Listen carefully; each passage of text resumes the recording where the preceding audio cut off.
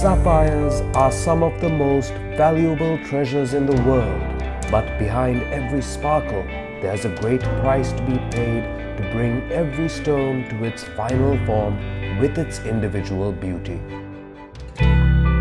Gem mining, like every form of mineral mining, creates adverse impacts on the environment.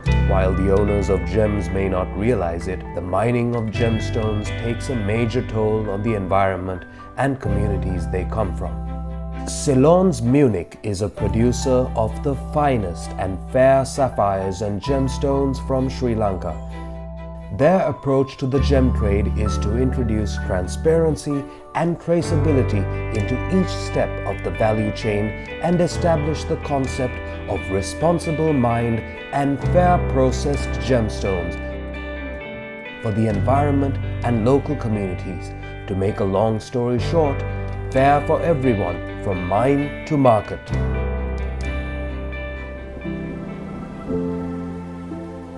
It's important to understand that our choices can have ripple effects that can change lives. That's why we are focusing on creating sustainability in both ends. Sustainability from the supplier and also the consumer. We want to do our part by ensuring transparent mining processes and ensure safety and well-being of the people and communities who are so important to this trade. We want to create the conscious consumer to that.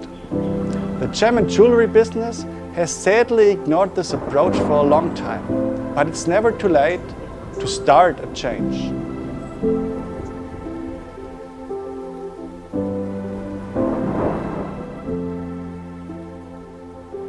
Our mines in Sri Lanka are set up in a way to follow the standards set by the Sri Lankan authorities. But we also want to go further than that. We want to tackle challenges with practical solutions. It can't be achieved overnight, but it is something we need to work on step by step. This is how we can create a change.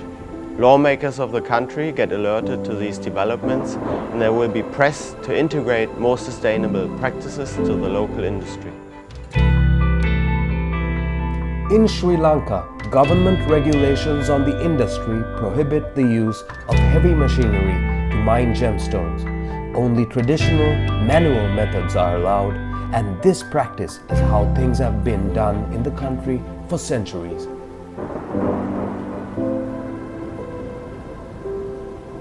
We run this gem mining business as a joint venture with our friends Peter and Leander.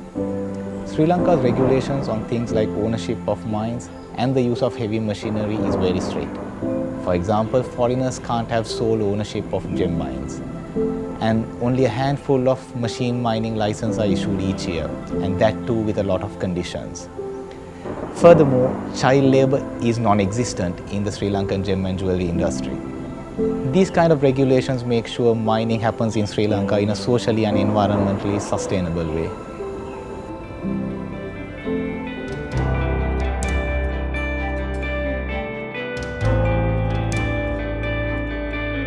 Everything from granting mining licenses to mine evaluations are closely monitored by government authorities. National laws and stricter regulations, as well as improved supervision in the recent years, outline the scope of what can be done and what cannot. For example, mine rehabilitation is mandatory after the closure of a mine, and only a limited number of mining licenses are issued every year to ensure reserves are managed properly to last for future generations. In Sri Lanka, traditional mining practices are also socially responsible and sustainable. Mines are constructed using natural materials and follow traditional methods that have prioritized the safety of the miners. The traditional practices in Sri Lanka entitle everyone involved in the mining process to a fair portion of the profit, just like a shareholder of a company, and this has been a practice which goes back many hundreds of years. For Ceylone's Munich, social responsibility for local communities is at the core of our mission to produce sustainable and fair gemstones. Doing this is made possible with our close relationships with miners and cutters from the gem-bearing regions of Sri Lanka. Changing what we consume and the way we consume is the key to creating long-lasting, sustainable change. We want to create an educated customer who will be the agent of creating that change. The fair trade of colored gemstones are truly possible, and our mining and cutting operations in Sri Lanka are set up to operate with sustainable and ethical, fair practices. The mining practices in Sri Lanka as a whole aren't perfect, but I don't think anywhere in the world they are. But unlike a lot of other countries, the mining regulations in Sri Lanka are probably up to the best standards we can currently find. They're set up in a way which prioritizes the protection of communities and the environment.